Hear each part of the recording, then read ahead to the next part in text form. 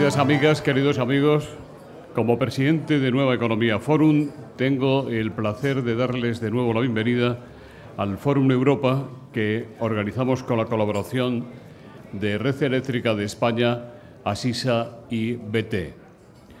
Hoy tenemos el placer de recibir, esta vez como presentador, a don Pablo Iglesias, secretario general de Podemos, que va a presentar a nuestra ponente invitada del día de hoy, doña Lorena Ruiz Huerta, portavoz del Grupo Parlamentario de Podemos en la Asamblea de Madrid. Querido Pablo, la tribuna es suya.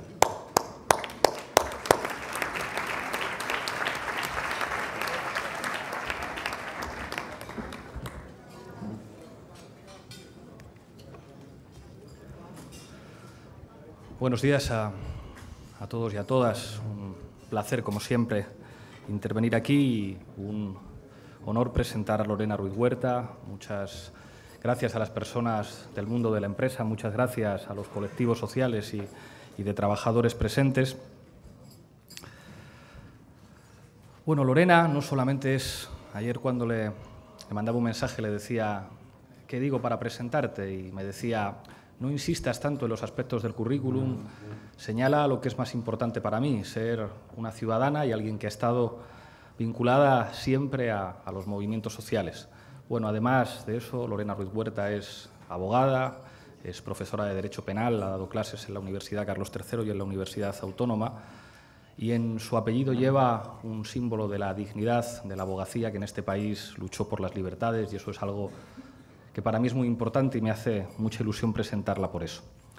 Lorena va a ser nuestra voz en la moción de censura que vamos a presentar en la Asamblea de Madrid. Quería hacer, antes de terminar, unas breves reflexiones sobre esta cuestión, sobre la moción de censura. Como saben, vamos a presentar una moción de censura en la Asamblea de Madrid y también en el Congreso de los Diputados.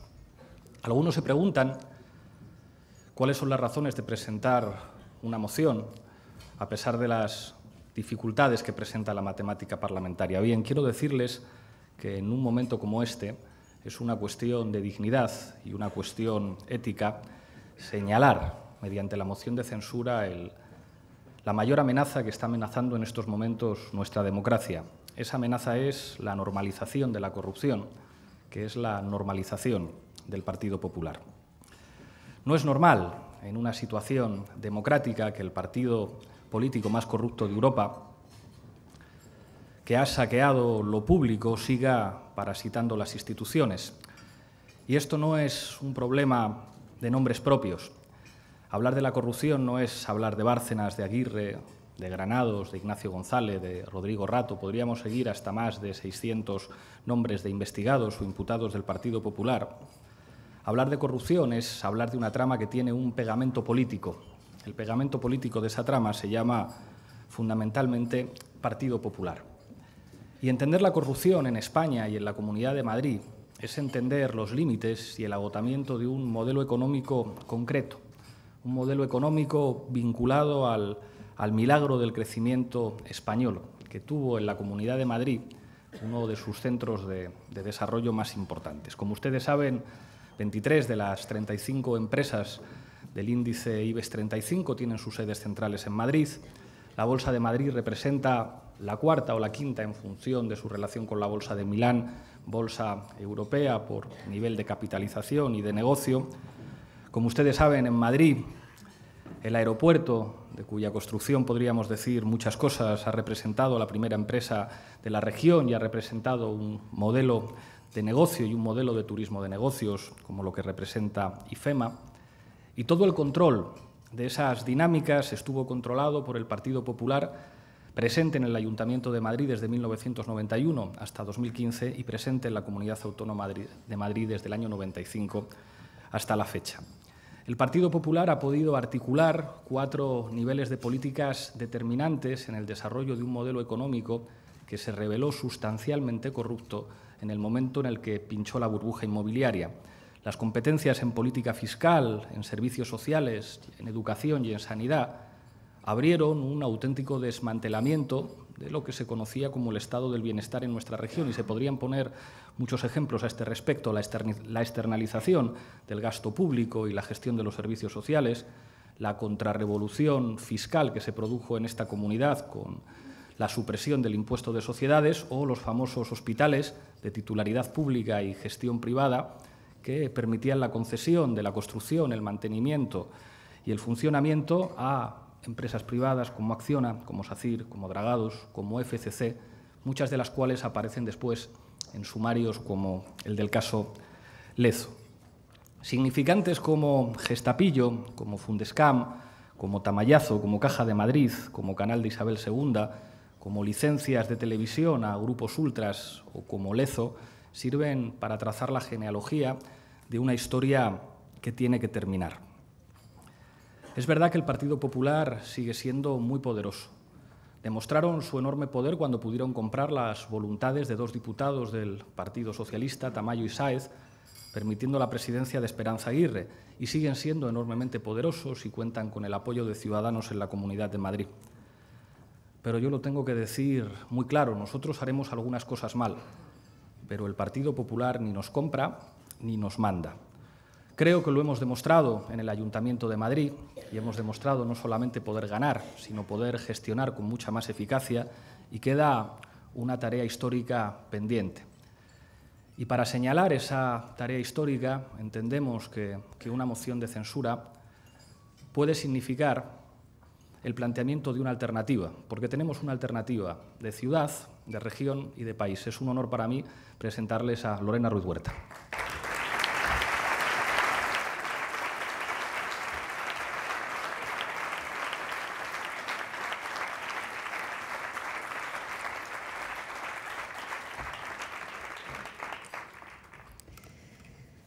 Gracias, muy buenos días. Quería empezar dando las gracias muy especialmente a Nueva Economía Forum por haberme invitado esta mañana a participar en este desayuno conferencia. Quería también agradecer a todos y todas las que me acompañáis esta mañana, a diputados y senadores, concejales, representantes del ámbito académico, embajadores, representantes de los sindicatos, empresarios y empresarias, periodistas, representantes de los colectivos del ámbito social, que también tengo que decir que lamento que no puedan estar en esta sala con nosotros. Yo creo que es un espacio suficientemente amplio. Para Podemos era muy importante su presencia hoy aquí, y lamento que no hayan podido compartir el espacio físico con nosotros y nosotras, y que estén viéndonos a través de una pantalla en un salón anejo, pero quiero saludarles muy especialmente desde aquí. Por supuesto, darle las gracias a Pablo Iglesias por haberme acompañado esta mañana y por sus palabras, y a los trabajadores y trabajadoras del Hotel Ritz, que con tanta amabilidad nos están cuidando esta mañana. Amigos y amigas, en los albores de la civilización, un filósofo llamado Sócrates se enfrentó a los abusos del poder y fue condenado a muerte por quienes habían usurpado la democracia en Atenas, aunque aparentaban ser sus guardianes. Se dice que Sócrates pronunció la famosa frase «solo sé que no sé nada», pero conocía muy bien las corruptelas y excesos de la oligarquía, y por eso denunció el saqueo de las instituciones, el recorte de los derechos de los más débiles y el peso insoportable de la religión. En venganza, sus enemigos lo acusaron de blasfemo, de impío y de haber corrompido a la juventud de Grecia. Y tal vez tuvo suerte el filósofo de que en aquella época no se hubiera descubierto Venezuela. En su famosa antología de Sócrates, su discípulo Platón narra los últimos instantes de la vida del maestro que, en un gesto de coherencia, se negó a huir como le propusieron y bebió la cicuta. Lloraba el esclavo que le suministró el veneno al despedirse de aquel hombre justo y sabio que dedicó sus últimas palabras a pedir a sus amigos que entregasen un gallo a una persona a la que se lo debía, y vaticinó que tarde o temprano el futuro sería de los sencillos y de los honestos. Si en lugar de un hombre tan íntegro como Sócrates, el guardián de la democracia ateniense hubiese sido un zorro, no solo no hubiera devuelto el gallo, se habría quedado también las gallinas y después de quitarle los huevos las mataría para hacerse un caldo. Lo que parece improbable es que las gallinas, además de servir de comida para el zorro, le votaran. Madrid ha sido demasiadas veces la gallina de los huevos de oro para los políticos que la han gobernado. Una región próspera cuyas arcas han sido saqueadas por quienes, abusando del poder, ignoraron los intereses de los ciudadanos. Y mientras unos cuantos viajaban demasiado lejos, la mayoría veíamos cómo se alejaba el tren. Pero no voy a hablarles esta mañana de corrupción. No voy a hablarles de que el Partido Popular ha convertido la Comunidad de Madrid en una región cuya principal seña de identidad es la malversación de lo público. No les hablaré de la detención del expresidente Ignacio González, ni del exconsejero de Presidencia Francisco Granados, también en prisión. No voy a hablarles de las mordidas del empresario Javier López Madrid, compillón y de la familia real, y yerno del también imputado Marqués de Villarmir. Tampoco voy a hablarles del mensaje de apoyo del ministro catalá a Ignacio González, ni del SMS que Rajoy envió a Bárcenas, ni de la reunión del secretario de Estado de Interior con el hermano del expresidente y también detenido Pablo González. No les hablaré de la reciente imputación de la delegada del Gobierno y del director general de Seguridad de la presidenta Cifuentes por el desfalco de Mercasa. Ni hablaré de los intentos del fiscal jefe anticorrupción de frenar los registros en la casa del expresidente Ignacio González, ni de sus intentos de exculpar al Gobierno de la Comunidad de Madrid del escándalo de los cursos de formación de Aneri cuando era jefe de la Fiscalía de Madrid. No hablaré de la inminente imputación de varios miembros del Grupo Parlamentario Popular en la Asamblea de Madrid y no hablaré porque todo ello lo conocen ustedes perfectamente. Gracias a la encomiable labor de la justicia y de las unidades especiales de las fuerzas y cuerpos de seguridad del Estado y al magnífico trabajo de información a la ciudadanía que están llevando a cabo los medios de comunicación. Cierto que esta situación de corrupción generalizada es la que ha llevado a Podemos a plantear a nuestros inscritos la necesidad de hacer una moción de censura al Gobierno de la señora Cifuentes y hemos obtenido un contundente sí en respuesta del 96% de los consultados. Pero además del mandato de nuestras bases, en Podemos consideramos que la moción de censura es un imperativo ético ante la situación de alarma social y excepcionalidad que estamos viviendo en este país, en el que una organización criminal, según la ha calificado la propia Audiencia Nacional, se ha instalado en nuestras instituciones para parasitarlas en vez de gobernar. Podemos nació del grito de una ciudadanía hastiada de corrupción, de políticas de recortes y de pagar una crisis de la que no era culpable la gente común. Podemos es consecuencia de un movimiento que cambió definitivamente la política de este país y una vez en las instituciones no puede permanecer impasible ante esta ciénaga. No podemos tolerar que la corrupción llegue a normalizarse en la sociedad porque nuestra obligación es propiciar, junto a otros muchos actores, el cambio político y social. Y aunque desde luego no vamos a permitir la banalidad del mal, como diría Hannah Arendt, creemos que la atención sobre estos gravísimos asuntos no debe eclipsar los problemas endémicos de la Comunidad de Madrid, que van mucho más allá de la corrupción y que tanto dolor están causando a los madrileños y madrileñas. El modelo de gestión del Partido Popular en la Comunidad de Madrid, en sus aspectos esenciales, no ha variado desde la presidencia de Alberto Ruiz Gallardón a la de Cristina Cifuentes, pasando por los expresidentes Ignacio González y Esperanza Aguirre. Este modelo de gestión está aquejado desde hace más de 20 años por un problema fundamental, y es que se trata de un modelo insostenible. Con independencia de la perspectiva ideológica de la que se parta, cabe mantener tal afirmación si analizamos los datos con el rigor necesario. La base del modelo de gestión del Partido Popular en nuestra comunidad es el endeudamiento. Las cuentas de la Comunidad de Madrid presentan un déficit estructural que va camino de convertirse en endémico. El sistema es incapaz de generar recursos suficientes para sostenerse y la previsión en un escenario moderado es que al finalizar la presente legislatura el endeudamiento de la Comunidad de Madrid podría alcanzar el 200% del gasto anual. No es difícil encontrar las causas de esta situación. La política fiscal de los sucesivos gobiernos autonómicos del PP ha consistido básicamente en realizar bajadas indiscriminadas de impuestos. Todos los tributos sobre los que la Administración autonómica tiene capacidad reguladora en cualquiera de sus escalas presentan tipos inferiores a la media estatal. Pero esta política tributaria esconde una gran trampa, porque el impacto que provoca es desigual en las distintas clases sociales.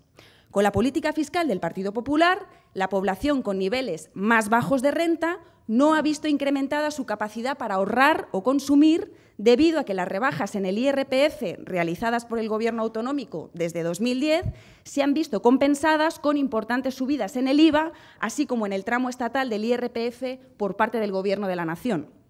Sin embargo, el grupo de población con nivel más alto de renta sí se ha beneficiado de esta política fiscal. Las subidas del IVA y el IRPF se han visto neutralizadas por la desaparición en la práctica de los impuestos de patrimonio y sucesiones o las rebajas del impuesto de transmisiones patrimoniales. Si el impacto de la política fiscal de la presidenta Cifuentes y de sus predecesores puede cifrarse en unos 3.000 millones de euros de erosión en la recaudación autonómica anual, la mayor parte de dicho ahorro fiscal corresponde a los 3 deciles más altos de renta. Con independencia de estos datos y pese a la reducción significativa del volumen de gasto, algo marcha mal en la estructura del sistema de gestión de la señora Cifuentes. El déficit de las cuentas autonómicas se incrementará en un 30% en este ejercicio si se cumplen las previsiones más optimistas del presupuesto. Pero si la escasa eficiencia recaudatoria del Gobierno autonómico mantiene su tendencia de los últimos años, la cuantía total del déficit puede incluso llegar a duplicarse. La sostenibilidad coyuntural del sistema se basa en 2 elementos extraños a los gobiernos del PP madrileño: el crecimiento económico y el coste de financiación de la deuda vinculado al nivel de los tipos fijado por el Banco Central Europeo.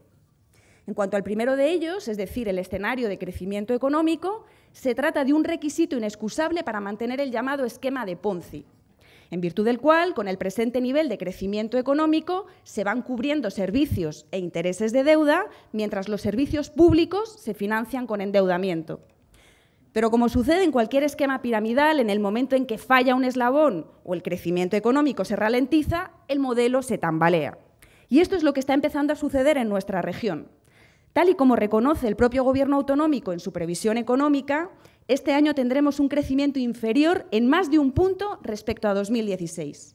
Por ello, a pesar de las previsiones recaudatorias ultra optimistas del Gobierno, son también muy elevadas las previsiones de endeudamiento. En cuanto al segundo de los elementos, los tipos de interés fijados por el Banco Central constituyen la gran espada de Damocles sobre las cuentas madrileñas. El grueso del endeudamiento de la Comunidad de Madrid está suscrito a un tipo de interés variable, lo que supone, con el grado de apalancamiento financiero, que cualquier movimiento al alza de los tipos tendría un impacto inmediato en las cuentas madrileñas, generando no solo problemas estructurales, sino de liquidez. Todo ello por no hablar del perverso sistema de incentivos que se está generando en la Comunidad de Madrid gracias al modelo fiscal. Por una parte, se fomenta que los ciudadanos practiquen el atesoramiento, puesto que el patrimonio no invertido no tributa. Mientras tanto, los tipos de los impuestos estatales, rentas, sociedades o IVA, se mantienen en los niveles más altos. Y además, las entidades financieras están más cómodas financiando el endeudamiento público que arriesgándose a financiar las iniciativas privadas, lo que encarece y dificulta el acceso al crédito de las pymes. La consecuencia de todo ello es que las actividades productivas en Madrid son de escaso valor añadido. El turismo es tenido como la gran panacea, a pesar de su previsible decrecimiento ante la estabilización política de otros destinos alternativos en la cuenca sur del Mediterráneo. Y las alarmantes evoluciones en el sector inmobiliario recuerdan a los años más oscuros de la burbuja especulativa. La estructura empresarial de la Comunidad de Madrid se basa cada vez más en un núcleo reducido de grandes empresas.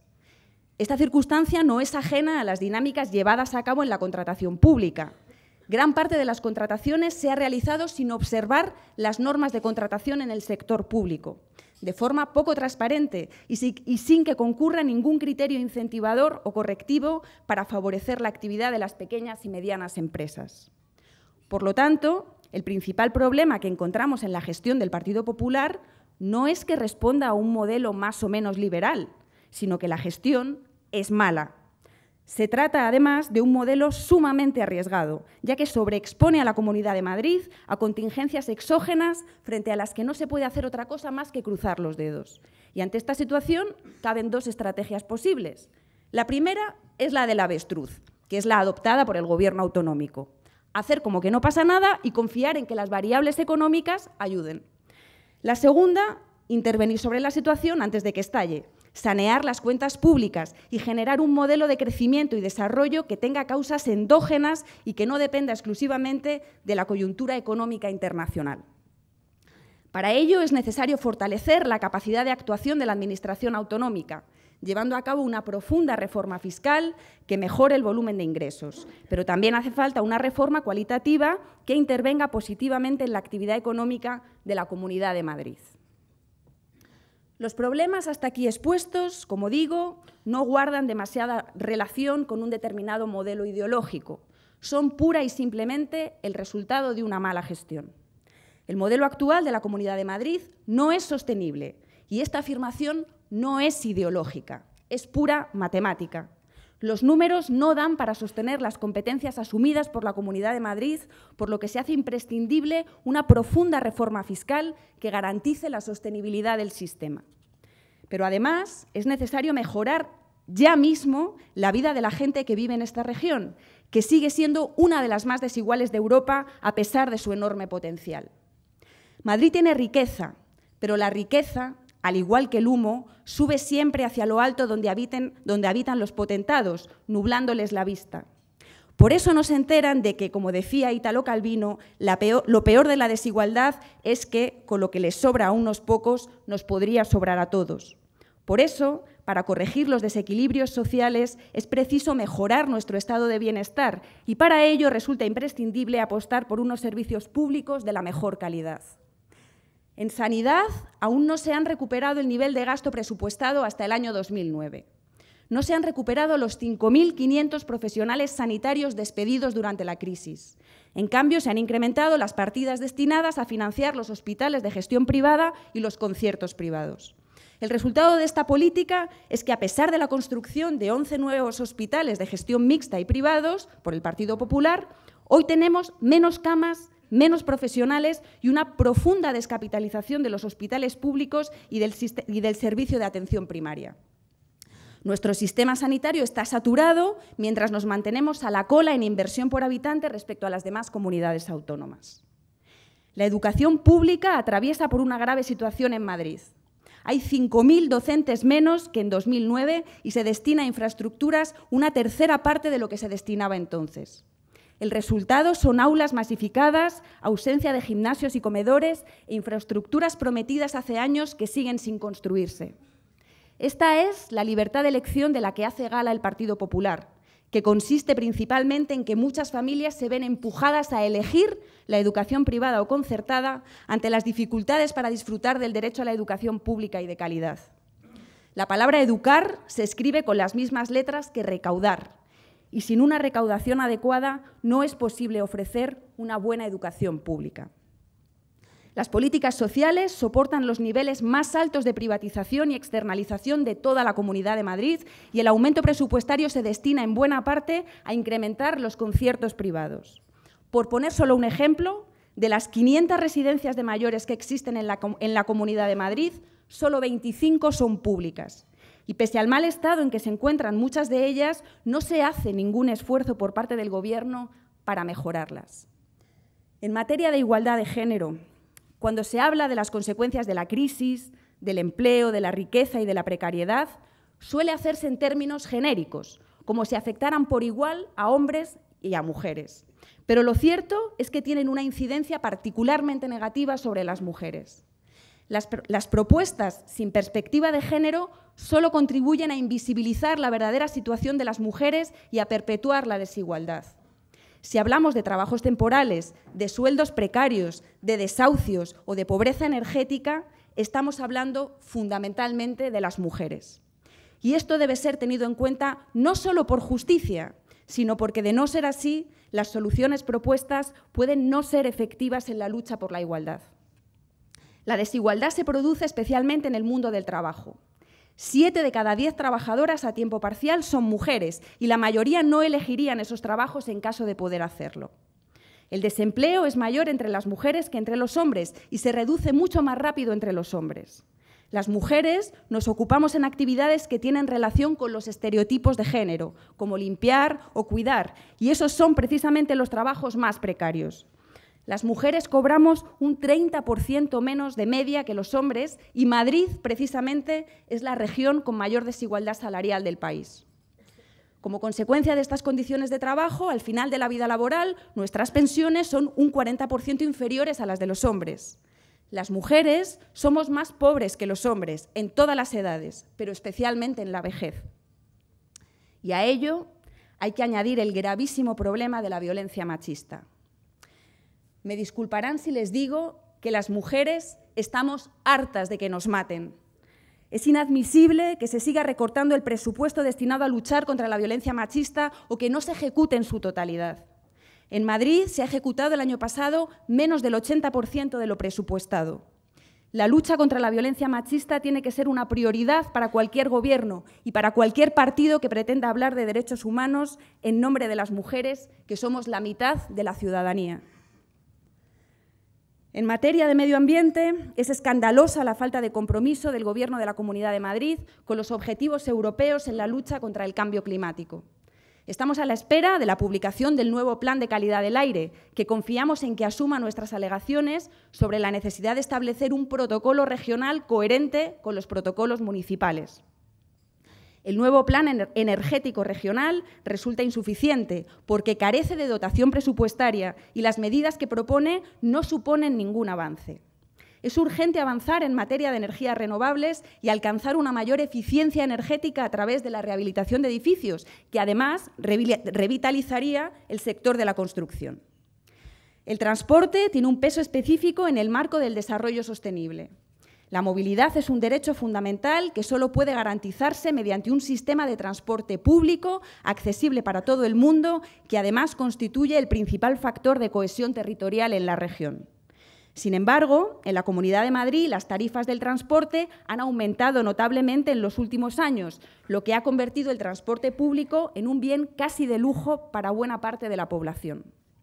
Desde Podemos proponemos la integración tarifaria en toda la región con un billete único y la realización de un análisis de movilidad en la Comunidad de Madrid para avanzar hacia la tarjeta única de transporte. En materia de vivienda se mantiene la cifra de 25 desahucios diarios en la Comunidad de Madrid, pero el Gobierno regional no construye vivienda social y continúa autorizando operaciones de venta de vivienda social a fondos buitre. Hay 26.000 familias que siguen esperando la subvención comprometida en 2012 para pagar las obras de rehabilitación de sus viviendas. Y en 2016 el Gobierno regional dejó sin ejecutar el 80% del presupuesto previsto para este fin. Además, el Gobierno regional ha hecho caso omiso de las recomendaciones para dinamizar el mercado del alquiler. Y finalmente, es imprescindible recuperar la centralidad de la cultura en los servicios públicos. La cultura, además de su potencial como sector productivo con valor añadido, es básica para fomentar la creatividad de un pueblo vivo y con capacidad para dibujar su horizonte. Sin lugar a dudas, este Madrid del Gobierno del Partido Popular no es el nuestro, pero hay otro Madrid. Un Madrid fundamentado en la igualdad de oportunidades, en la justicia social y en los servicios públicos.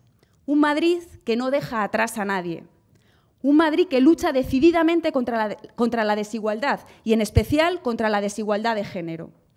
Un Madrid que cuida de sus mayores y de su infancia. Un Madrid para el que el medio ambiente y la cultura son un patrimonio a proteger y no recursos a expoliar. Ya he dicho que Madrid necesita una profunda reforma fiscal. Hay que bajar los impuestos a la mayoría social y subírselos a los que más tienen. Que la Comunidad de Madrid sea por una vez Robin Hood y nunca más el Príncipe Juan. Dediquemos los recursos así obtenidos a dos objetivos. El primero, fortalecer los servicios públicos, recuperando la capacidad de actuación que tenían antes de los recortes de 2009. Y, en segundo lugar, realizar inversiones públicas en un profundo cambio del modelo productivo que huya de las trampas de las burbujas especulativas.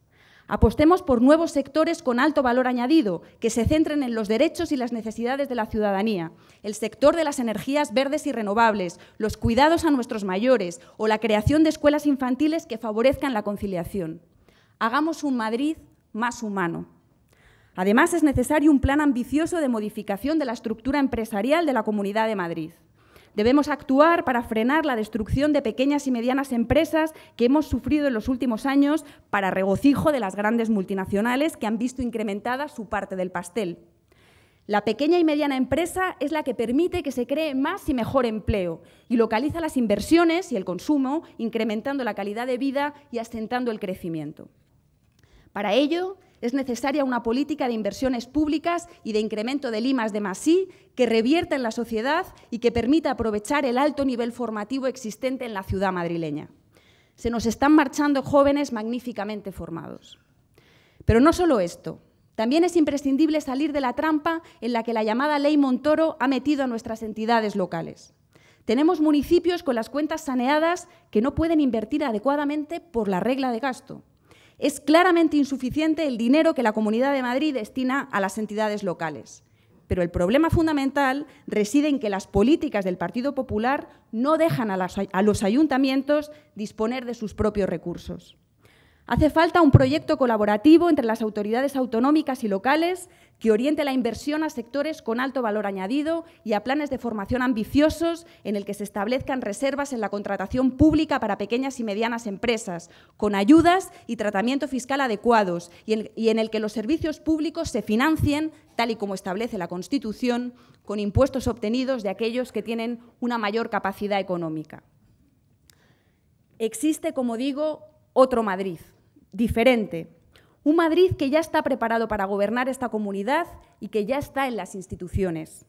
Mientras el Gobierno de Cristina Cifuentes congela las partidas de educación y sanidad, el Ayuntamiento de Madrid ha incrementado en un 22% el gasto social.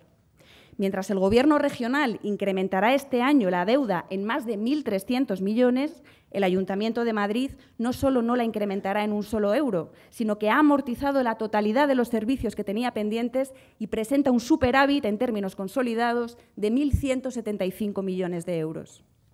No se trata de una utopía, sino de gestionar bien los recursos para mejorar la vida de los madrileños y plantear un proyecto a largo plazo. Un proyecto con menos marketing que el de la señora Cifuentes, pero que sin duda alcanzará mayores logros. El Gobierno del Partido Popular ha construido un Madrid sin los madrileños y madrileñas. Pero cualquier Madrid que se construya sin los trabajadores y trabajadoras que han visto reducidos sus derechos, sin los jóvenes que tienen que emigrar para buscar un futuro digno, sin los mayores que trabajaron para crear un sistema de bienestar que ahora otros están desmontando, será derribado más tarde o más temprano. Existe otro Madrid, un Madrid que está por venir y que necesita un gobierno nuevo, un gobierno decente, con la ética por mochila, capaz de devolver la esperanza y la ilusión a los que no la tienen porque se la robaron. Un gobierno de personas dignas y honradas que devuelvan a la palabra democracia su verdadero significado. Por eso, desde Podemos vamos a plantear una moción de censura contra el actual gobierno del PP en la Comunidad de Madrid. Una moción de censura que, con independencia del resultado de la votación, ya hemos ganado de antemano, porque, como vaticinó Sócrates, el futuro es de los sencillos y de los honestos. El futuro, amigos y amigas, es vuestro y es nuestro. En palabras de Antonio Machado, nuestro nombre es mañana. Muchas gracias.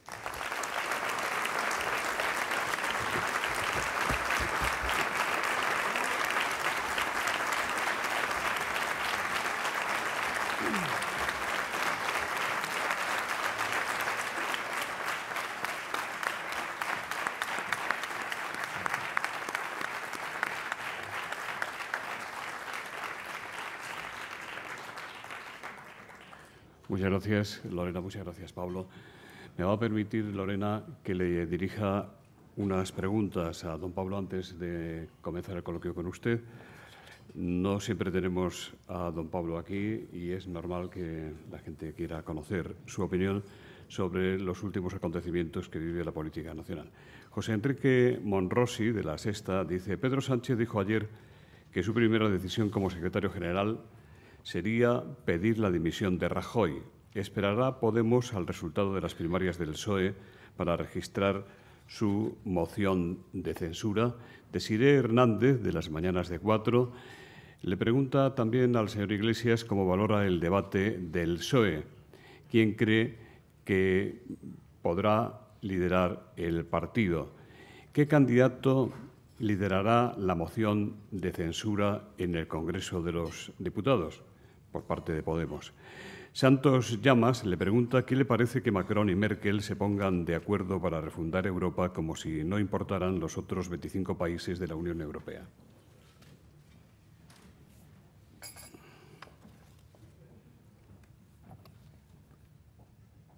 No sé si se me escucha, ¿sí?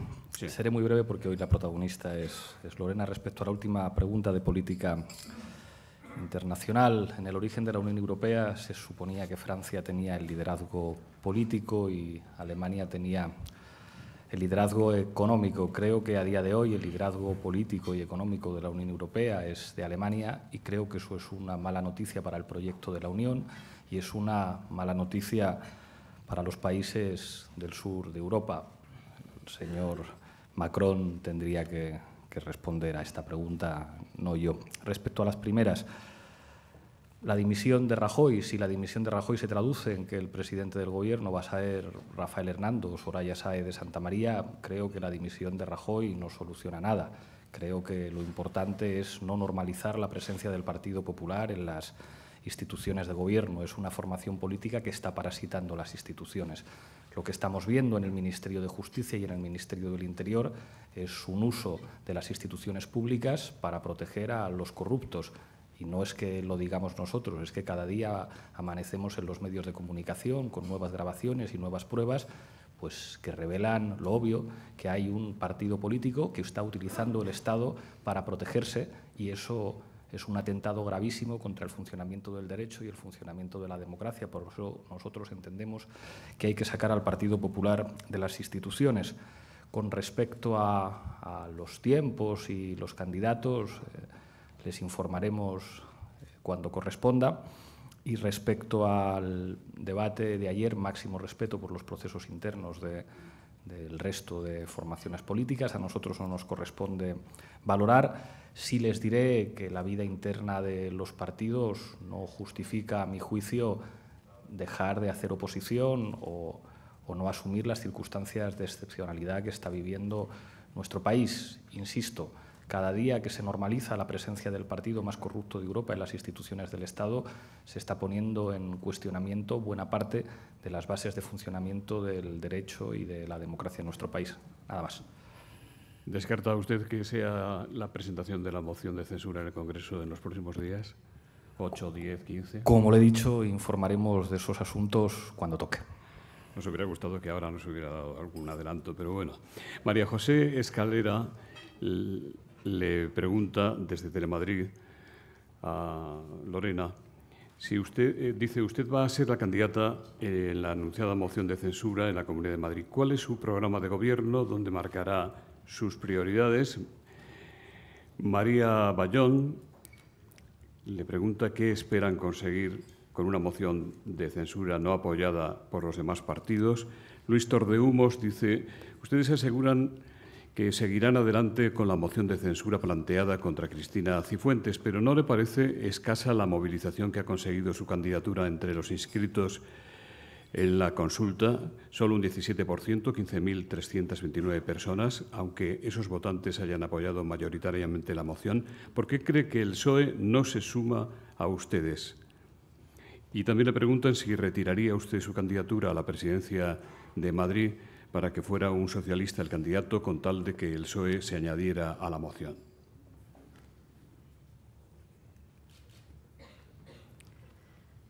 Bien, pues muchísimas gracias por las preguntas. Espero haber tomado buena nota de todas ellas. Eran muchas. Nosotros, cuando empezamos a conocer, bueno, hace mucho tiempo que sabemos que la Comunidad de Madrid está apuntalada por graves casos de corrupción que están en los sumarios de la Gürtel, de la Púnica, pero cuando en las últimas semanas la situación de corrupción se ha agravado de tal manera que ha llevado a un expresidente de la Comunidad de Madrid a ingresar en prisión y estamos conociendo cosas tan graves como que por parte de las instituciones del Estado, como el Ministerio de Justicia o de los fiscales jefes, anticorrupción se tratan de comprar voluntades y de tratar de controlar las investigaciones de los casos de corrupción, nos hemos visto en la necesidad de ir un paso más allá. Creíamos que no era momento de hacer simplemente declaraciones de condena o de permanecer más o menos impasibles. Hemos visto, como he pronunciado antes en mi discurso, que nuestra obligación, puesto que hemos llegado a la política para representar en buena parte a todos esos miles de ciudadanos y ciudadanas que salieran a la calle para protestar porque estaban hartos, hastiados de corrupción, de políticas de austeridad, de pobreza y de desigualdad, que nuestra obligación era ir un paso más allá y hacer una apuesta en favor de esta iniciativa, que es una de las que nos permite la Constitución y las leyes, y lo primero que hicimos fue consultar a nuestros inscritos e inscritas. Bueno, yo creo que el hecho en sí de que hayamos consultado a los inscritos de lo que habla es de que somos una formación profundamente democrática, que este tipo de consultas siempre, este tipo de decisiones las consultamos siempre con nuestras bases. Bueno, yo no sé si 15.000 personas son muchas o pocas. Sé que son más del doble de las personas que eligieron a Cristina Cifuentes como secretaria general del Partido Popular. Y que nosotros somos una formación que, sobre todo, representamos al más de medio millón de personas que nos puso en el Parlamento de Madrid. O sea que, bueno, yo creo que tenemos una representación importante y un importante reto que llevar a cabo. Una vez que hemos tomado esta decisión, que vamos a seguir el mandato de nuestros inscritos e inscritas, el siguiente paso fue ponernos en contacto con los grupos parlamentarios que están en la Cámara con nosotros. Ciudadanos nos respondió que no, antes incluso de escuchar la propuesta política que teníamos que hacerles.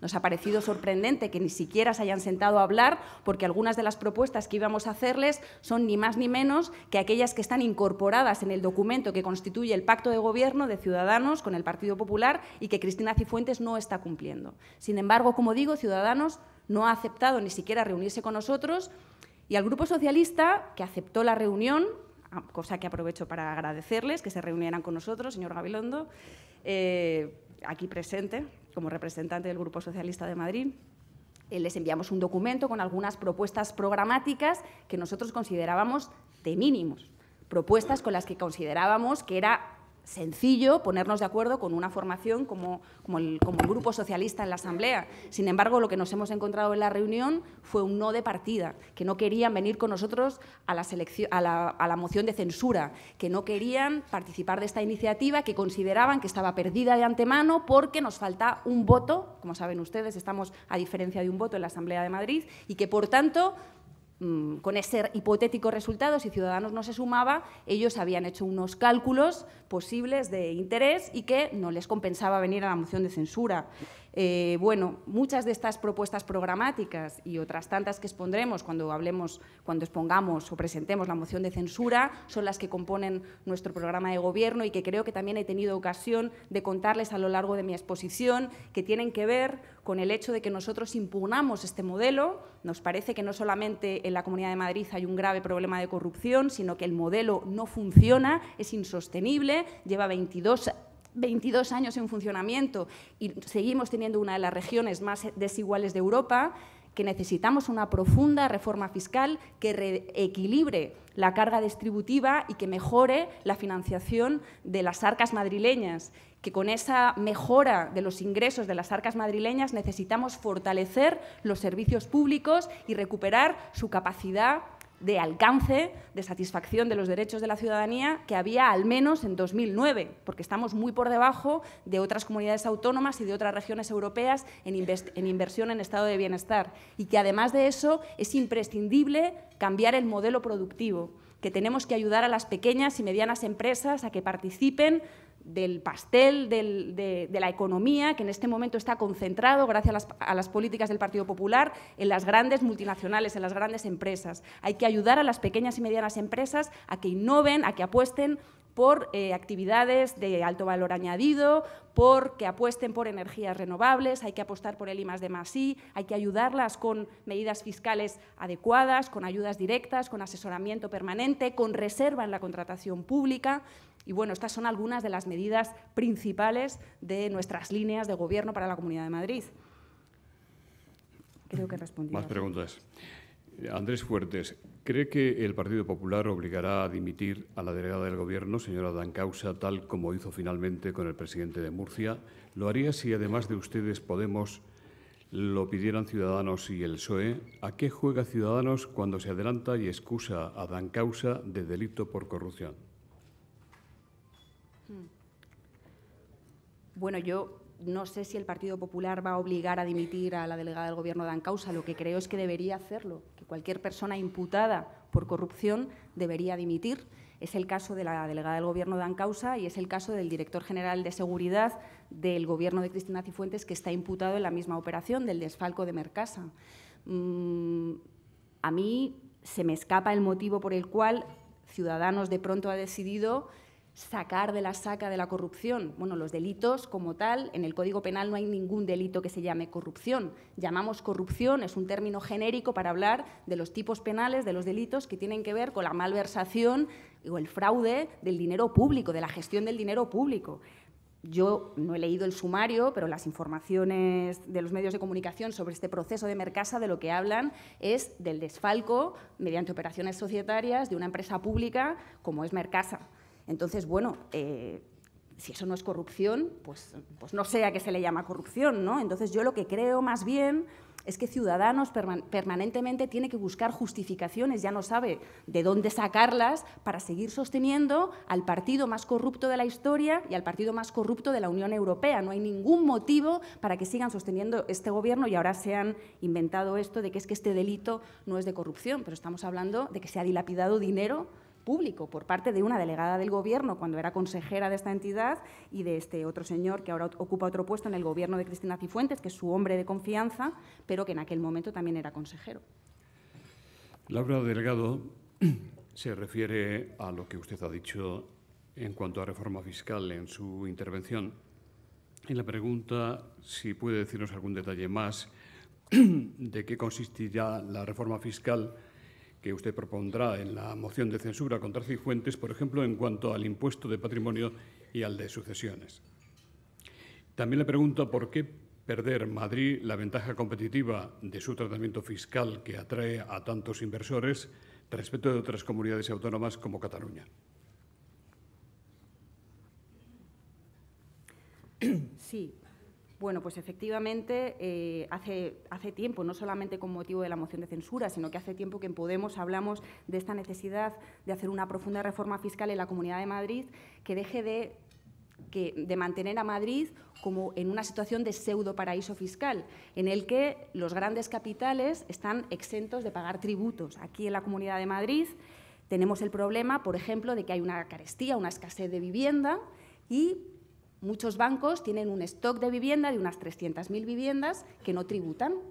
Si se pusiera un impuesto a la riqueza, muy probablemente esos bancos sacarían la vivienda al alquiler. Esta sería una medida para dinamizar el mercado del alquiler y dinamizar también la economía, ¿no? Lo que no puede ser es que como el patrimonio inerte que no se invierte en actividades productivas, no tributa, es la mayor, como decía antes, es la mayor tentación o la mayor incentivo, perdón, para los patrimonios, ¿no?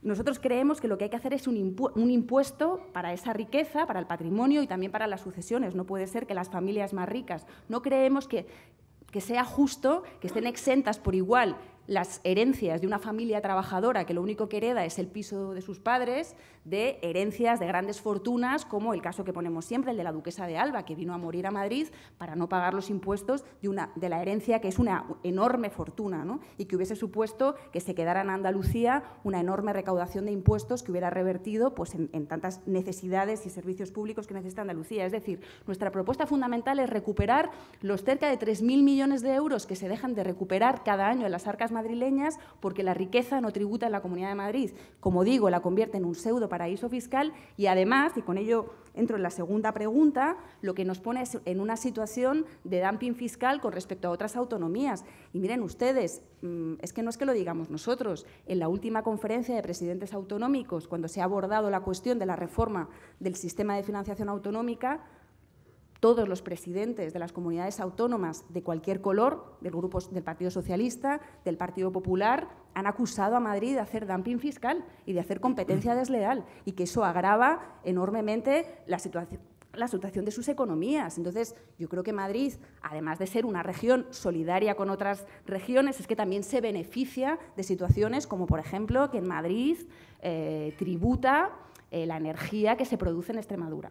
Entonces, como nos beneficiamos también de otras cosas, de otras cuestiones, pues lo lógico es que nosotros contribuyamos también a generar un Estado más solidario y más equitativo, ¿no? Carlos Sevilla dice, ¿Podemos va a trabajar por un pacto con el PSOE y Ciudadanos para evitar la aprobación del actual proyecto de ley del suelo en la Comunidad de Madrid?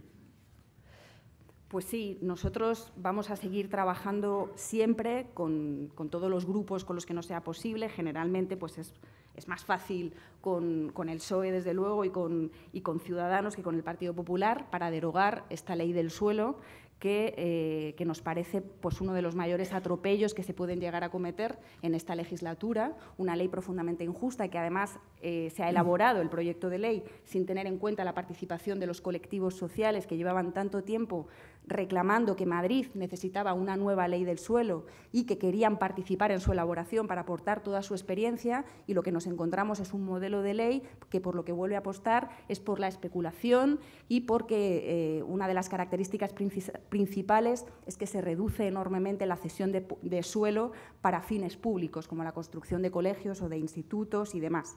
Esa es la consecuencia que tiene cuando se legisla de espaldas o haciendo oídos sordos a quienes más conocen las cuestiones, que son los colectivos implicados en este tipo de temas, ¿no? Así que sí, trabajaremos, por supuesto, con los grupos parlamentarios socialista y Ciudadanos para que esta ley no llegue a aprobarse.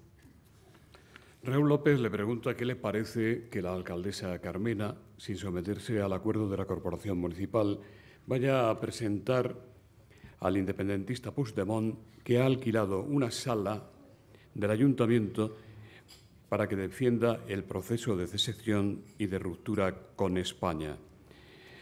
¿No debería tener la corporación municipal derecho a decidir a quién se puede alquilar o no las dependencias del ayuntamiento según para que sea, y no que cualquiera que pague pueda usar la imagen y los bienes de una institución que es de todos los madrileños? Bueno, eso sería tanto como decir que entonces Cristina Cifuentes necesita la aprobación también de toda la oposición de la Asamblea de Madrid para tomar decisiones ejecutivas. El Gobierno del Ayuntamiento de Madrid lo tiene ahora Madrid y la alcaldesa pues toma decisiones como tal. Dicho esto, yo creo que Madrid, que es la capital del cambio, ante una cuestión como lo que es el desafío catalán, lo que decide es abordarlo abriendo espacios de diálogo, de debate y tratando de aportar con medidas políticas. Es decir, yo creo que la cuestión catalana, como hemos dicho muchas veces en Podemos, no se resuelve prohibiendo ni denunciando ante los tribunales, se resuelve haciendo más política. Y yo creo que precisamente esta iniciativa es lo que pone encima de la mesa. Abrir espacios de diálogo, abrir espacios de debate y hacer más política para tratar de resolver este desafío tan grande que tenemos en este país, ¿no?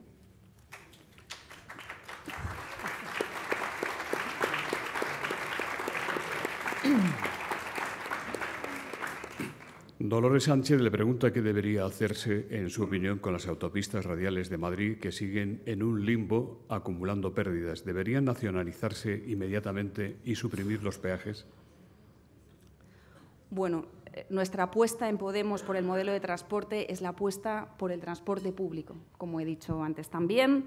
Hay que garantizar, porque es un derecho fundamental, la capacidad y la posibilidad de moverse de todos los ciudadanos y ciudadanas que viven en esta región y, por tanto, necesitamos apostar por un transporte público que tenga una mayor frecuencia, que abarate las tarifas. Nosotros estamos tratando de apostar, estaba en el documento que hemos enviado al Grupo Socialista y en las iniciativas que planteamos en la Asamblea de Madrid, por la tarjeta única de transporte, que acabe con las diferencias que hay tarifarias entre las regiones, entre los distintos municipios y regiones de Madrid, que constituye una enorme injusticia, por el billete intermodal. Es decir, es que la principal política de un gobierno social que se ocupa de garantizar los derechos de la ciudadanía tiene que ser, pues eso, garantizar el acceso de todo el mundo en condiciones de igualdad, y esa es la apuesta de Podemos, el transporte público.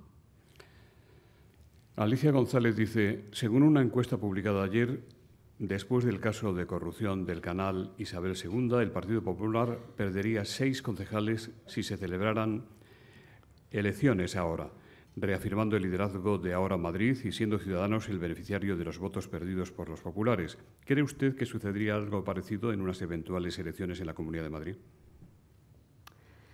Bueno, pues yo creo que en Podemos hemos aprendido a ser bastante cautos con las encuestas y en lo único que confiamos es en nuestro trabajo. Y nuestro trabajo, que es mucho, y lo hacemos con toda la ilusión y yo creo que con la mejor calidad, de lo que nos habla es de que estamos en este momento posicionados como, tal y como dice la presidenta Cifuentes, incluso como la principal fuerza de la oposición. Entonces yo creo que nosotros en lo único que podemos seguir confiando es en nuestro trabajo, tal y como lo estamos haciendo en la Comunidad de Madrid, que creo modestamente que es muy bueno y ya veremos cuando llegue el momento. El presidente de Telemadrid, don Salvador Molina, le pregunta, en su opinión, ¿qué le falta o qué le sobra a la actual Telemadrid?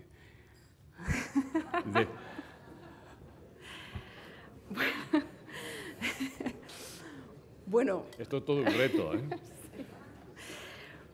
La verdad es que nosotros en Podemos estamos confiados con la nueva etapa que se abre en Telemadrid, con el nuevo director de Telemadrid, con el que tenemos una relación fluida, nos reunimos, tenemos ocasión de, bueno, pues de dialogar y de confiar en que el modelo que propone es un modelo que se parece bastante a un modelo de televisión pública que nosotros podríamos llegar a compartir. O sea, un modelo que apuesta por la pluralidad informativa, por la producción propia, por la calidad de los derechos de los trabajadores.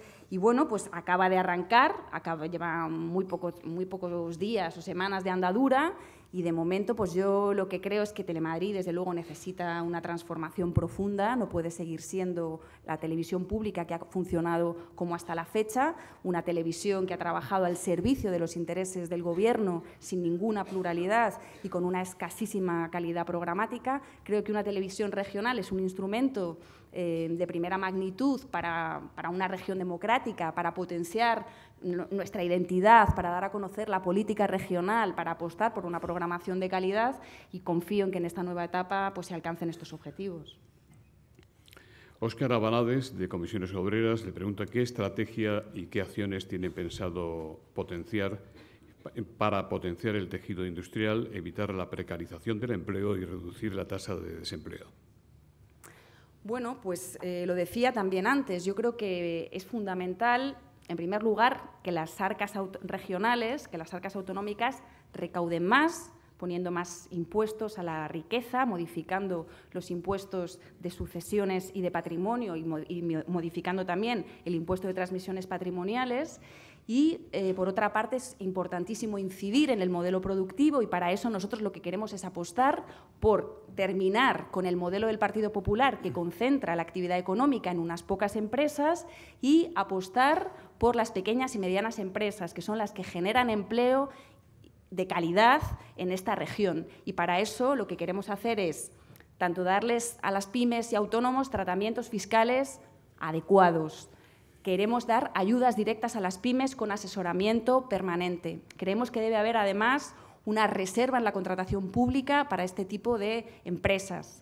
Y creemos, además, que hay que apostar por otro tipo de actividades, como las energías verdes, como las energías renovables, que además, por ejemplo, la rehabilitación de edificios para mejorar la eficiencia energética también rehabilitaría el sector de la construcción. Todo ello puede mejorar definitivamente la calidad del empleo. Lo que, desde luego, no va a mejorar la calidad del empleo son actividades como las que ha tenido como base de la economía nuestra región hasta la fecha, que son las basadas en la burbuja inmobiliaria y en la construcción, que solamente dan trabajos precarios. Carlos Capa le pregunta cuál es su propuesta para la reorganización de las sedes judiciales en Madrid y también le pregunta si retomarán ustedes de gobernar el proyecto de Ciudad de la Justicia. Bueno, pues ese es un asunto complejo para mí, que como saben ustedes soy abogada y además de abogada pues he participado muy activamente en la política sectorial de la abogacía. Yo llegué a Podemos con una idea clara, contraria a la Ciudad de la Justicia, y así lo defendí en todo momento. Evidentemente, por lo que todos hemos conocido, la Ciudad de la Justicia, tal y como se concibió con el Gobierno de Esperanza Aguirre y el consejero Alfredo Prada, ha sido una estafa de dimensiones monumentales que nos ha costado 130 millones de euros al erario y que lo único que ha dejado es una construcción aislada que no sirve para nada y que hay que desconejar todos los años, ¿no? Entonces, bueno, con ese precedente y con la proyección megalómana de Esperanza Aguirre, pues aquello, claro, no había quien pudiese adherirse a aquel proyecto. Desde que he llegado a la política y he tenido ocasión de ver las cosas desde otro prisma y escuchar a más actores, pues es verdad que en Podemos hemos tomado conciencia de que existe un problema, más allá del abandono de las sedes judiciales al que están sometidos, en el que, como conocen ustedes también, porque aparecen los medios de comunicación, se están literalmente cayendo los tejados de los juzgados de la región madrileña o se incendian porque no se cumplen las medidas de seguridad básicas. Por supuesto, hay una saturación en la justicia enorme porque no hay profesionales suficientes. Es decir, la justicia está abandonada y funciona en unas condiciones deplorables y todavía funcionamos con el fax porque es la única administración del Estado que no está digitalizada y es una cuestión de voluntad política porque cuando la administración quiere que un sector de la administración funcione, como es la hacienda pública, funciona como un reloj suizo. Pero la justicia parece ser que no interesa tanto y está abandonada desde hace siglos. Bueno, yo entiendo que para los profesionales de la justicia es una necesidad y es una prioridad la reagrupación y ubicarse cerca para poder trabajar con una mayor eficiencia. Y en este momento, pues yo creo que hablando con todos los sectores judiciales y llegando a un acuerdo de consenso podría ser una opción. Ahora bien, desde nuestro punto de vista, hay otras necesidades mucho más prioritarias en la justicia. Es decir, la justicia es un servicio público que cubre derechos fundamentales. El derecho a la tutela judicial efectiva, el derecho de defensa. Por tanto, es prioritario apostar porque aumente el número de jueces y de fiscales, por aumentar la policía judicial, porque tengamos unos peritos independientes para que puedan ser peritos en la investigación de la corrupción con plena independencia. Es imprescindible dotar de las herramientas informáticas necesarias, de que los juzgados tengan Internet. Es que hay veces que no tienen Internet, ni tienen mobiliario, ni tienen papel, ni tienen tinta en la impresora, ni tienen máquinas para digitalizar los expedientes. Entonces, sin cubrir necesidades de ese tipo, sin que cuando los abogados de oficio cobran los salarios de miseria que cobran, entre 200 y 250 euros por llevar un expediente, una defensa en la que un abogado se está jugando la cárcel y hasta 6 años de prisión de su cliente. Es decir, eso no es dignidad en el trabajo, así no se puede defender bien a una persona. Entonces, yo entiendo que son prioritarias otras necesidades en la justicia. Y después ya puede venir el chalet de lujo. O sea, no digo que no esté mal construir una magnífica sede judicial en la que puedan estar reagrupadas y sea más cómodo y más fácil para todos, pero puesto que se destina un escaso presupuesto a la justicia, desde aquí hago un llamamiento para que eso termine, pues creo que hay otras necesidades antes. Miguel Gallardo dice, la comunidad pagará este año al Colegio de Abogados de Madrid 42 millones de euros. El Ministerio de Justicia más de 50 al Consejo de la Abogacía. ¿Existe algún control por parte de la Asamblea de Madrid del buen uso de tantos millones si el tesorero del Colegio de Abogados de Madrid no ha firmado las cuentas desde hace años? Hace pocas semanas, Cristina Cifuentes apoyó en público a la decana del Colegio de Abogados de Madrid, la señora Sonia Gomper. ¿Puede estar saliendo muy cara la paz con el Colegio de Abogados sin que se beneficien los abogados de oficio? Bueno, yo tengo que discrepar del planteamiento de la pregunta. Es cierto que la Asamblea de Madrid no controla, por una cuestión de normativa, de cómo es el sistema, las cuentas del Colegio de Abogados de Madrid, pero lo controla la Comunidad de Madrid a través de una comisión que se llama Comisión de Justicia Gratuita, que es la que controla cada expediente de justicia gratuita que emite el Colegio de Abogados de Madrid. A mí, en muchas ocasiones, me ha llamado la atención cuando de parte de la Consejería de Justicia de los gobiernos populares, que han estado impagando el turno de oficio durante años, retrasándolo en periodos de hasta más de un año, en que los abogados de oficio no cobrábamos, y se echaba la culpa por parte de la Consejería de que era un caos el Colegio de Abogados de Madrid, que eso era un coladero, que, bueno, se echaba la culpa, cuando la realidad es que Todo el control exhaustivo de cada expediente lo lleva a cabo una comisión, como digo, que depende de la Comunidad de Madrid, de la Consejería de Justicia. Entonces, bueno, es así como está distribuido el Estado competencial, no depende de la Asamblea, depende de la Consejería y desde luego, hasta donde yo sé, que creo que es bastante, el control es exhaustivo por parte de la Consejería. Si nos está saliendo cara la buena relación entre el Gobierno de la señora Cifuentes con el Colegio de Abogados de Madrid, diría que en todo caso tiene más que ver con el acuerdo al que han llegado para incrementar los baremos del turno de oficio de los abogados solamente en algunos expedientes, lo que ha creado una situación de discriminación con respecto a otros abogados que llevan otros expedientes pues de tipo laboral o, bueno, que son menos conocidos, menos famosos, ¿no? Solamente se les ha subido un poquito el salario a algunos abogados y a otros no. Y esto lo que ha hecho es paralizar las reivindicaciones de los abogados del turno de oficio en favor de que se dignifiquen las condiciones de todos y todas. La Junta de Gobierno pues está un poco acallada porque ha conseguido este acuerdo que, en mi opinión, es absolutamente insuficiente. La periodista Carmele Marchante, de Club 25, le pregunta: ¿su representación en la Comunidad de Madrid activará medidas y luchará contra el terrorismo machista? ¿Cómo? Sí. Desde luego, cuando nosotros y nosotras gobernemos la Comunidad de Madrid, la violencia machista será una prioridad. Como he dicho antes, yo creo que la violencia machista se combate, como tantas cosas, con presupuesto. Es decir, es que el presupuesto es la política principal para sacar adelante cualquier política necesaria, y una de ellas es la violencia machista. No puede ser que sigamos, que no se haya recuperado los recortes del 40% en violencia machista que empezaron a efectuarse en el año 2009, cuando estamos en un año en el que llevamos el mayor número de mujeres asesinadas en términos comparados con los años precedentes. Yo creo que hay que invertir, necesitamos muchos más, necesitamos invertir en prevención. El Partido Popular se ha cargado, ha eliminado todos los contenidos curriculares de las escuelas que podían tener que ver con la educación en materia de igualdad.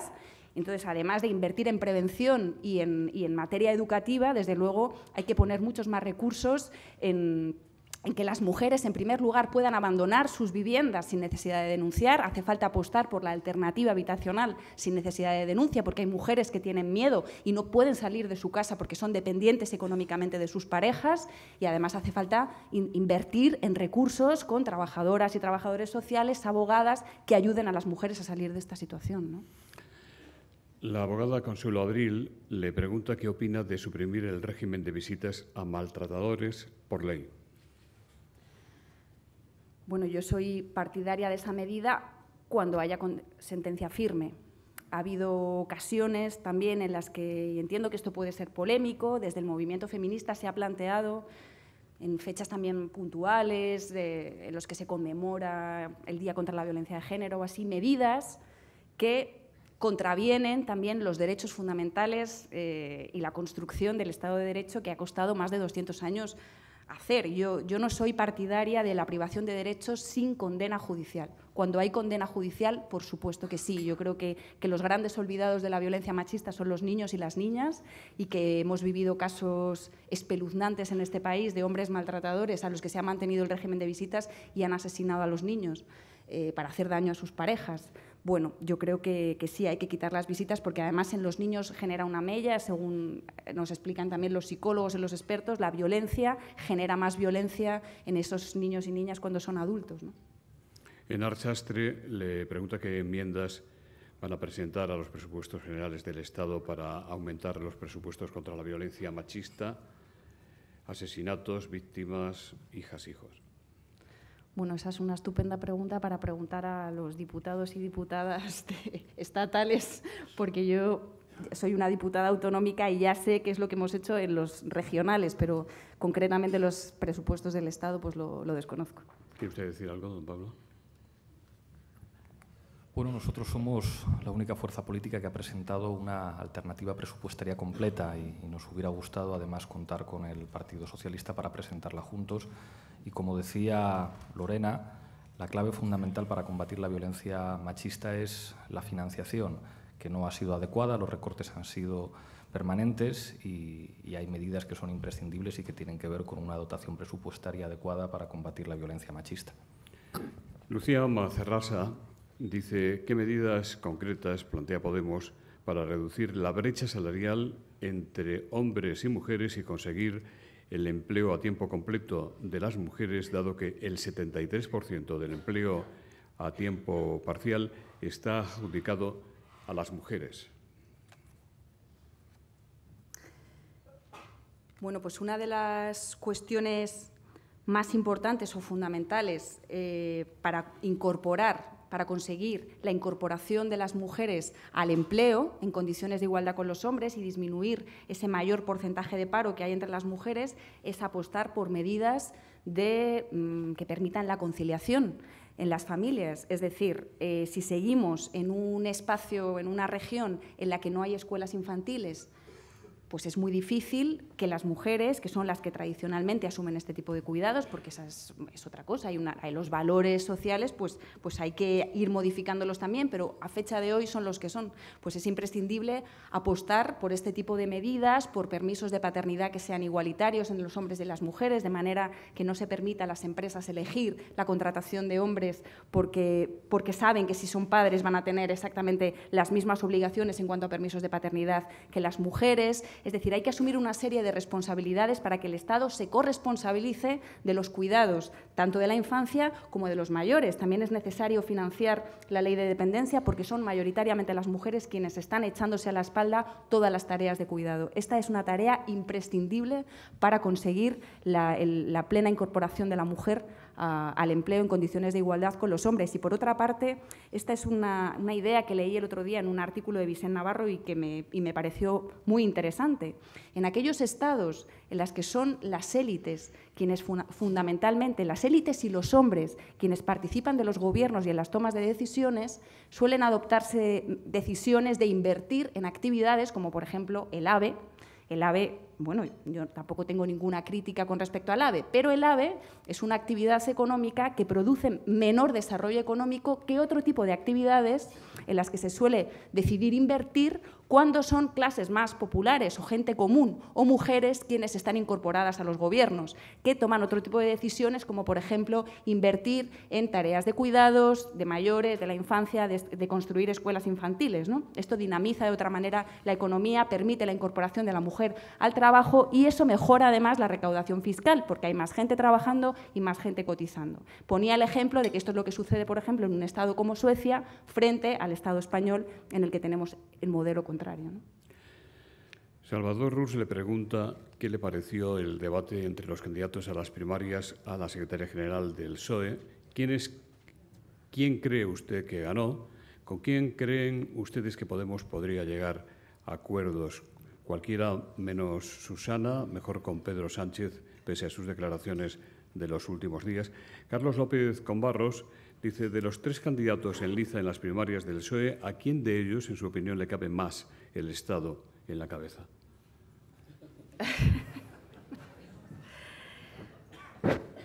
Bueno, yo creo que a nosotros lo único que nos cabe decir es que respetamos el proceso interno del Partido Socialista, que yo particularmente celebro que en los partidos políticos haya procesos de primarias y haya diversidad de candidatos, no como en otros partidos políticos en los que se celebran, a pesar de que nos acusan a nosotros de comunismo exacerbado, son ellos quienes celebran congresos a la búlgara, con un único líder mesiánico que es elegido por aclamación. Yo celebro que haya primarias y que haya debates y discrepancia, pero respeto por el proceso interno y respeto, por supuesto, por el secretario general que sea secretario o secretaria que salga finalmente elegido por la militancia socialista. Con respecto a cuál es el candidato favorito para Podemos, pues por una parte está quien puso el gobierno de la nación con su abstención en manos del Partido Popular de Rajoy. Por otra parte está el candidato que propició un acuerdo con Ciudadanos que incorporaba elementos como el contrato único, que para nosotros es inadmisible. Por tanto, bueno, pues esto es lo que hay en el Partido Socialista. Yo confío aún así en que sea quien obtenga la Secretaría General, se dé cuenta de que es imprescindible para el cambio en este país dialogar con Podemos, llegar a acuerdos y que podemos construir una mayoría social de cambio. Va a ser imprescindible que nos entendamos. Lázaro Sola, de la Coordinadora de Pensionistas, y de la misma organización, Fernando de la Prida, le preguntan qué piensa hacer Podemos para que se cumpla en su totalidad el artículo 50 de la Constitución. Quieren saber qué planes tiene Podemos para tres cuestiones: pensión mínima, renta básica o salario mínimo, plan de residencias para mayores o gente en condiciones de pobreza y activación de las ayudas a los discapacitados y dependientes. Bueno, sin que esto parezca que me excuso, la realidad es que las competencias en materia de pensiones son competencias estatales. Yo soy una política regional. Aún así, desde la Asamblea de Madrid, el Grupo Podemos está apoyando a la plataforma de pensionistas, integrada también por sindicatos y organizaciones, como digo, de la sociedad civil en defensa de las pensiones dignas para todos. Lo apoyamos y hemos presentado incluso una moción, una iniciativa en la Asamblea de Madrid para que se dirija al Gobierno de la Nación, para que se garantice las pensiones dignas y de calidad para todos los mayores. En lo que compete a las competencias más autonómicas nuestras, nosotros lo que estamos haciendo es un trabajo magnífico, y desde aquí también quiero reconocer el trabajo de mi compañero Raúl Camargo, que está haciendo un magnífico trabajo en la Asamblea de Madrid en favor de las residencias de mayores de nuestra región que están abandonadas por el Gobierno de la Comunidad de Madrid. Les decía antes que solo 25 de las 500 residencias que hay en nuestra región son 100% públicas. Muchas de ellas están en manos de gestión de empresas que están inmersas dentro de las tramas corruptas de la Púnica y de la Gürtel, y las condiciones que estamos viendo cuando visitamos estas residencias es que los mayores están en una situación de cierto abandono, y creemos que por parte del Gobierno de la Comunidad de Madrid hay que apostar muchísimo más decididamente por mejorar las condiciones dignas de las residencias de mayores. También la pregunta que nos hacía Boti García Rodrigo, de la Federación Española Estatal de Lesbianas, Gays y Transexuales, le remitirá a usted al Congreso. Dice que el pasado día 4 de mayo se registró en el Congreso la Ley de Igualdad Social de ámbito estatal para combatir la discriminación del colectivo de la diversidad sexual, de género y familiar, y pide el apoyo del Partido Podemos en la defensa de esta ley que consideran imprescindible. Más preguntas. Patricia Velasco, de Madrid Diario, le pregunta qué le parece que Íñigo Errejón se postule a ser el candidato de Podemos en la Comunidad de Madrid. Patricia Velasco también le pregunta qué cualidades cree que debe tener el sustituto de Manuela Carmena en el Ayuntamiento de Madrid. Sara Medialdea, de ABC, ¿será usted la candidata de Podemos para la Comunidad de Madrid en 2019, siguiendo esa tendencia de la feminización de la política y de sus cargos que defiende Podemos? Y Alejandro Fagiano dice, ¿usted se ve como presidenta en 2017 o si no prosperara la moción de censura en 2019? Bueno, con respecto a la primera pregunta, yo quería precisamente aprovechar la ocasión para darle las gracias al compañero Íñigo Errejón y, de paso, también al compañero Ramón Espinar, que están aquí en esta mesa, por su apoyo decidido en esta iniciativa de la moción de censura y también en apoyar mi candidatura para la moción de censura, porque están trabajando magníficamente para ello y se lo quiero agradecer especialmente. Dicho esto, yo lo he dicho siempre, yo creo que ganar al Partido Popular se consigue, además de con un buen liderazgo, que eso es importante, pero lo más importante es tener un buen proyecto político. Y que en este momento, en el que ni siquiera sabemos quién va a ser la candidata o candidato en 2019, lo que tenemos que hacer es concentrarnos en construir ese proyecto político y en ensanchar, además, la base del partido desde abajo. Necesitamos construir la unidad popular, necesitamos ser muchos más en la tarea de construir esta organización fuerte, con un partido, con un proyecto político sólido y solvente y que convenza a muchos y a muchas para que en 2019 podamos ganar las elecciones. En cuanto a las cualidades que debe tener el sustituto o sustituta de Manuela Carmena, pues contesto un poco en la misma línea. Yo creo que lo fundamental para poder mantener el Ayuntamiento de Ahora Madrid, que para nosotros es una prioridad, es que el proyecto sea solvente y sea sólido. Es fundamental que sea un proyecto que, como Manuela siempre decía, haya conseguido seducir o seduzca a muchos más y que mantenga una línea de transformación social y de cambio político, que es lo que hemos venido a hacer nosotros a las instituciones. La importancia, como digo, reside en el proyecto político y no tanto en los liderazgos. Yo creo que hay muchas personas que podrán estar capacitadas para llevarlo a cabo. Lo que no es sustituible es el apoyo desde abajo y la solidez de las ideas, ¿no? Si seré candidata en 2019, yo lo que creo es que voy a ser presidenta en 2017. Es lo que puedo decir.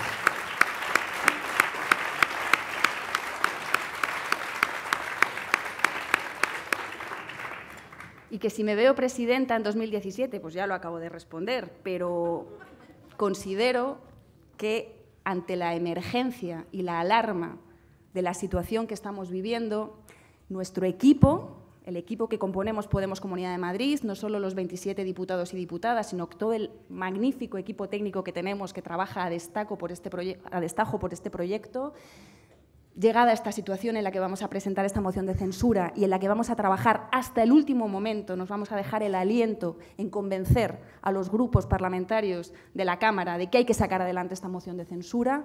Llegado ese momento, nuestro equipo está preparado para asumir el Gobierno de la Comunidad de Madrid y, por supuesto, asumir que será una responsabilidad que pesa y pesará mucho, pero estamos preparados para ello.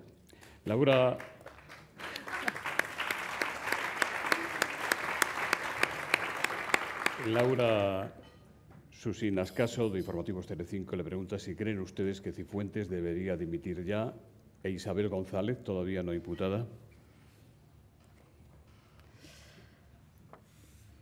Pues bueno, precisamente estamos a punto de presentar una moción de censura a la presidenta Cifuentes porque consideramos que este Gobierno no puede continuar ni un minuto más al frente del Gobierno de la Comunidad de Madrid, al frente de las instituciones. El Partido Popular no es de fiar. No podemos confiar en que en este momento no se estén produciendo casos de corrupción como los que estamos conociendo en estos días, que se han producido hace unos años, porque por mucho que la presidenta Cifuentes se empeñe en decir que ella representa un nuevo Partido Popular y que el tiempo de los corruptos ha terminado, lo que vemos cada día es que los de entonces son los de ahora y que los mismos que estaban entonces están ahora sentados en los escaños de la Asamblea de Madrid.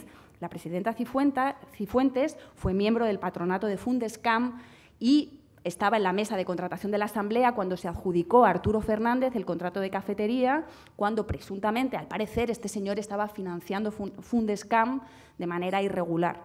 Además de esto, la señora Cifuentes parece ser que ha hecho uso del CNI para que le hiciera un barrido de los micrófonos en su despacho, en su competición, cuando se enteró de que estaba siendo espiada por Ignacio González y estaban compitiendo en una carrera electoral por ver quién encabezaba la lista electoral en 2015, hizo, como digo, uso de un recurso público como es el CNI. Además de esto, pues ha sido miembro del Consejo de Administración de Canal cuando se firmaban estas cuentas que ya incorporaban los desfalcos de estas compraventas de empresas en América Latina. Por tanto, los de entonces, y no sigo haciendo un repaso de personas porque en algún momento tendremos que marcharnos, pero los de entonces son los de ahora y creo que este Gobierno ya no tiene legitimidad para seguir gobernando ni un día más. En nombre de Red Eléctrica de España, representada hoy en este acto por doña Eva Pagán, de Asisa, representada por don Ramón Casanova, don Manuel Arias de BT va a despedir el acto. Gracias, José Luis. Agradecemos a doña Lorena Ruiz Huertas y a don Pablo Iglesias sus palabras y su tiempo en el desayuno y a todos ustedes la asistencia y contamos con verles en próximas convocatorias. Muchas gracias y buenos días.